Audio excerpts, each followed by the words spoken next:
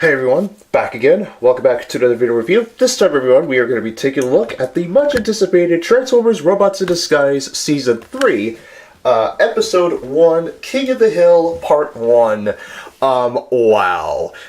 Yeah, it's, let's just say it's quite, eventful.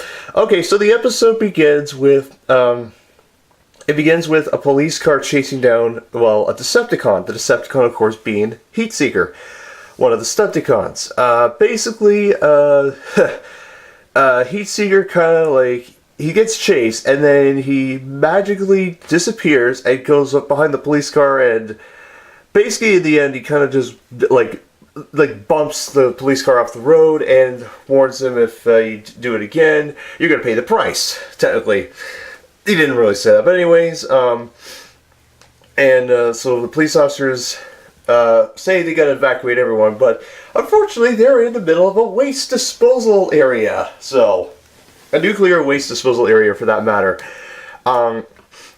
Meanwhile, the Autobots are doing training exercises when Fix-It picks up his signature.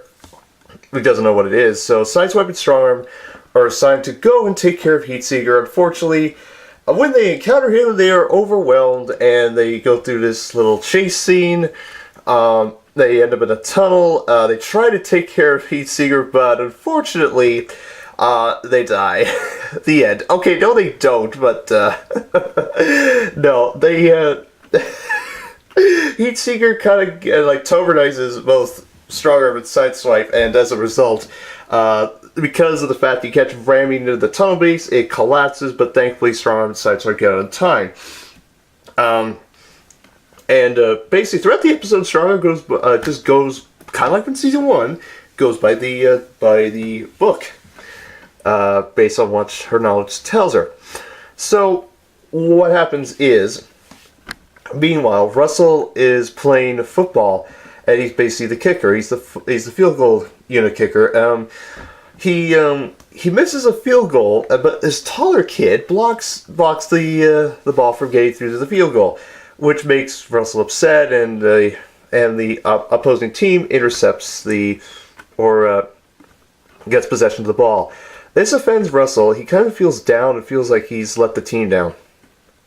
That'll be explained in part 2. But basically what happens meanwhile is after Sideswipe and Strongarm, they basically argue about, you gotta go by the book. No, you don't.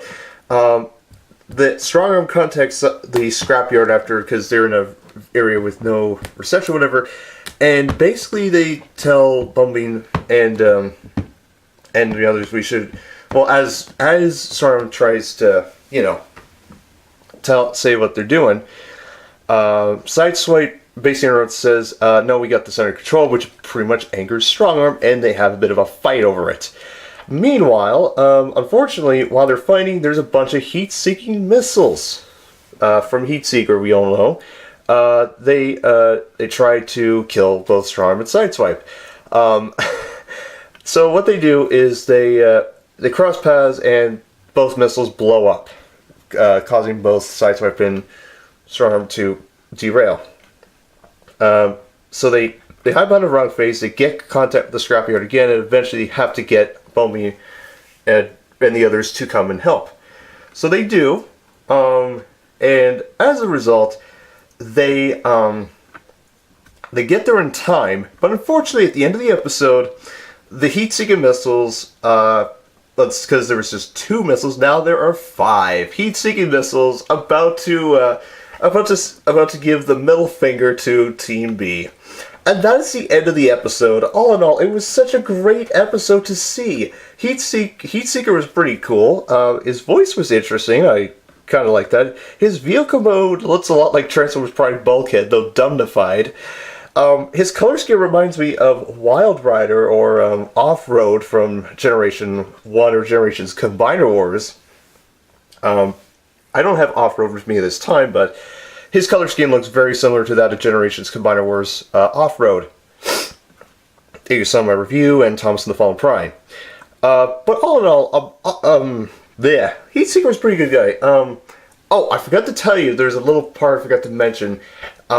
Maybe I'll say that for part 2 because it's a 2-part episode. It's kind of like the first season when it had a 2-part episode. So anyways, all in all, part 1 was good. Can't wait to see what part 2 brings us. So yeah, I mean, like season 1, they aired the same day. So in part 2, we'll find out what happens. So anyways, guys, take care, see you soon, have a great day. Great episode all in all. Highly recommend to watch. I shall catch you all later. Stand by for part 2. Goodbye.